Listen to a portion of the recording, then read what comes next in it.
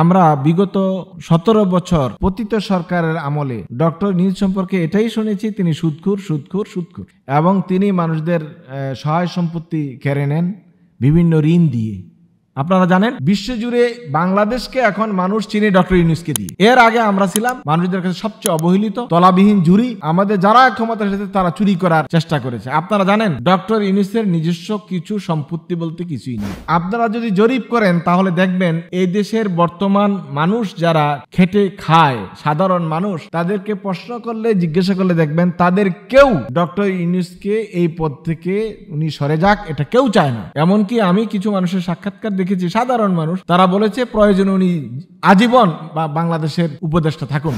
আমরা আসলে গুণী মানুষদের সম্মান করতে জানি না। বিগত জুলাই বিপ্লবের পর ছাত্র জনতা ডক্টর ইউনূসকে প্রায় জোর করে এই দেশে প্রধান উপদেষ্টা পদে বসিয়েছে। ছোটবেলা থেকে আলেমদের ওয়াজের মাধ্যমে ডক্টর ইউনূস সম্পর্কে সুদখোর জেনে এসেছি, কিন্তু বর্তমানে দেশের জন্য বিরাট ভূমিকা রাখছেন।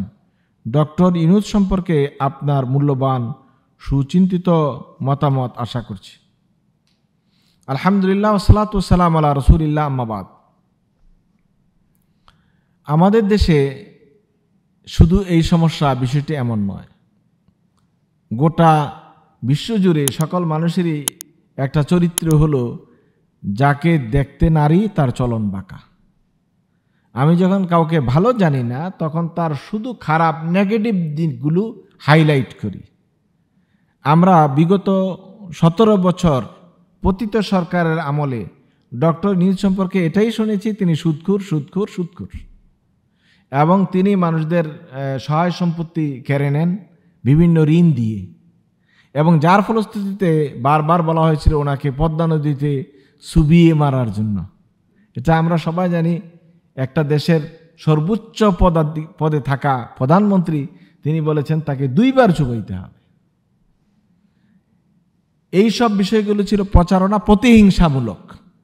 তার মানে হলো, যেহেতু আমি নোবেল প্রাইজ লবিং করার পরও পাইলাম না, মায়ানমার থেকে এতগুলি মুসলমানদেরকে কৌশলে এখানে এনেও তাদেরকে সহযোগিতা করার নাম দিয়ে আমি নোবেল প্রাইজ পাইলাম না, এই মনের দুঃখেই কিন্তু আমি আমার প্রতিদ্বন্দ্বী ভেবে এই ডক্টর ইউনূসকে পদ্মা নদীতে চুবিয়ে মারার একটা পরিকল্পনা করেছিলেন। এটা আসলে অত্যন্ত দুঃখজনক এবং একটি দুর্ভাগ্যের বিষয়। আসলে এই দেশে যিনি এই ফতোয়া দিয়েছেন যে সরকার প্রধান ডক্টর ইউনূস সুদখোর, তিনি কি সুদ খান নাই? তিনি কি সুদের ব্যবসা করেন নাই? সকল সুদী ব্যাংকই তার আমলে চালু ছিল না? অর্থাৎ এটার অবস্থা হচ্ছে এরকম যে চালুন যদি বলে যে সুইয়ের তো ছিদ্র অনেক, তাহলে এটা যেরকম হাস্যকর, ঠিক এই কথার প্রবক্তা যিনি, তার এই বক্তব্যটি এমন হাস্যকর। কারণ চালুনের ভিতরে কিন্তু ছিদ্রের অভাব নাই। সে আবার কিন্তু সুইকে বলতেছে, এই সাবধান, তোর পিছনে কিন্তু একটা ছিদ্র আছে, দেখতে খারাপ দেখায়। সেটা ছিল সরকার প্রধানের অপপ্রচার, যেই ইউনূসকে শুধু সুদখোর বলা হয়েছে।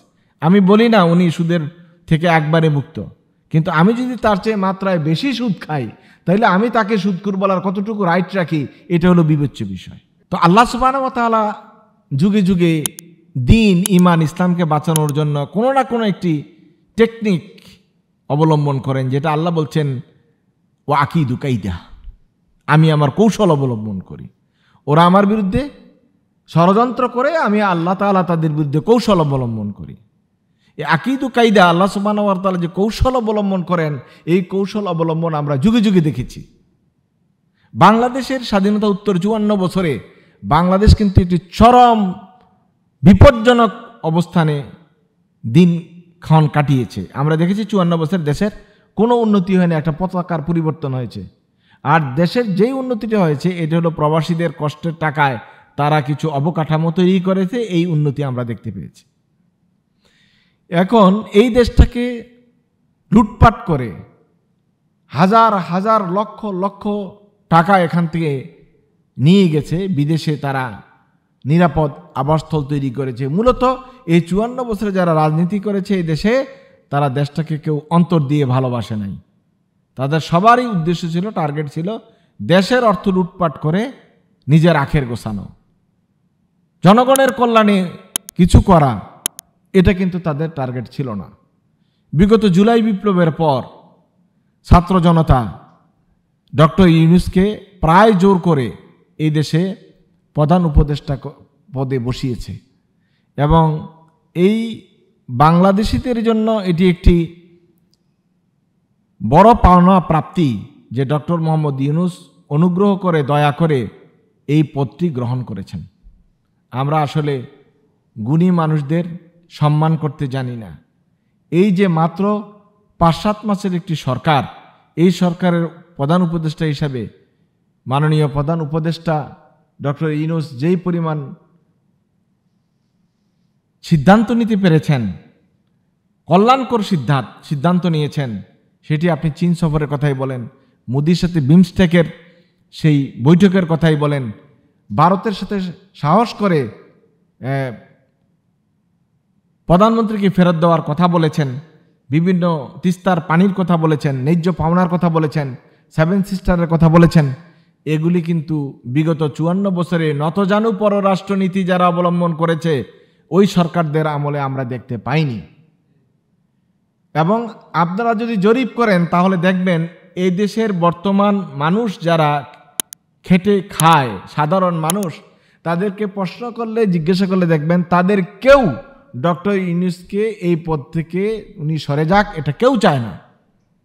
এমনকি আমি কিছু মানুষের সাক্ষাৎকার দেখেছি, সাধারণ মানুষ, তারা বলেছে প্রয়োজনে উনি আজীবন বাংলাদেশের উপদেষ্টা থাকুন, প্রধান উপদেষ্টা থাকুক, এটা মানুষের কামনা। কারণ মানুষ দেখেছে বিগত 5-7 মাসে যেভাবে ডক্টর ইউনূস এই দেশের মাটি মানুষের কথা, প্রবাসীদের কথা, খেটে খাওয়া মানুষদের কথা, এই দেশের স্বার্থের কথা যেভাবে উপস্থাপন করতে পেরেছেন আন্তর্জাতিক মহলে, এটি আর কেউ করতে পারেনি। পৃথিবীর সবচেয়ে ধনী ধনী যে সমস্ত সংস্থাগুলো আছে, ব্যবসায়িক ফোরাম আছে, সবগুলো ব্যবসায়িক ফোরাম ইতিমধ্যে আমাদের দেশে আসা শুরু করেছেন। এই যে আগামী 9-10 তারিখে ঢাকায় যে সম্মেলনটি হবে, সেখানে ইলন মাস্কের মতো বিশ্বসেরা এই যে এআই আবিষ্কারক, সবচেয়ে বেশি ট্যালেন্ট মানুষগুলো আসবে, বিল গেটস আসবে। এইটা তো বাংলাদেশের জন্য একটি পাওনা, এটি বড় প্রাপ্তি, এটা কেউ করতে পারেনি।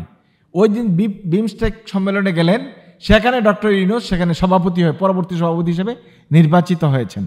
আপনারা জানেন বিশ্বজুড়ে বাংলাদেশকে এখন মানুষ চিনে ডক্টর ইউনূসকে দিয়ে। এর আগে আমরা ছিলাম মানুষদের কাছে সবচেয়ে অবহেলিত, তলাবিহীন ঝুরি।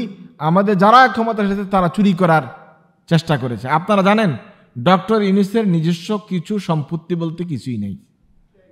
তিনি এই পর্যন্ত নিজের জন্য কিছু করেন নাই। এই যে গ্রামীণ ব্যাংকের কথা বলেন, গ্রামীণ সেন্টারের কথা বলেন, যাই বলেন, সবটাই একটি কোম্পানি, এগুলো গণমানুষের, সাধারণ মানুষের জন্য। তিনি তার জন্য কিছুই করেন না। তিনি যখন গ্রামীণ ব্যাংকে ছিলেন সেখান থেকে বেতন নিতেন। আর এখন বিশ্বজুড়ে সবচেয়ে দামি বক্তা হচ্ছেন ডক্টর ইউনূস, যার প্রতিটা বক্তব্যের সর্বনিম্ন রেট হচ্ছে $৭৫,০০০। তো $৭৫,০০০ ওনাকে দিয়ে একটা বক্তব্য নেওয়ার জন্য বুকিং দেওয়ার মতো সময় নাই ওনার। এখন উনি বিশ্বের কয়েকটা বিশ্ববিদ্যালয়ে ভাইস চ্যান্সেলরের অনারারি পদে আছেন এবং পৃথিবীর সম্ভবত একমাত্র নোবেল বিজয়ী মানুষ যিনি একটি দেশ পরিচালনা করতেছেন বর্তমানে সারা বিশ্বে, তিনি হচ্ছেন ডক্টর ইউনূস। এটা আমাদের জন্য গর্বের বিষয়। আমরা আশা করি তার যে ভুল ত্রুটিগুলি আছে এগুলোর দিকে আমরা নজর না দিয়ে তার দ্বারা আল্লাহ তাআলা কতটুকু উপকার করছেন আমরা সেদিকে নজর রাখি।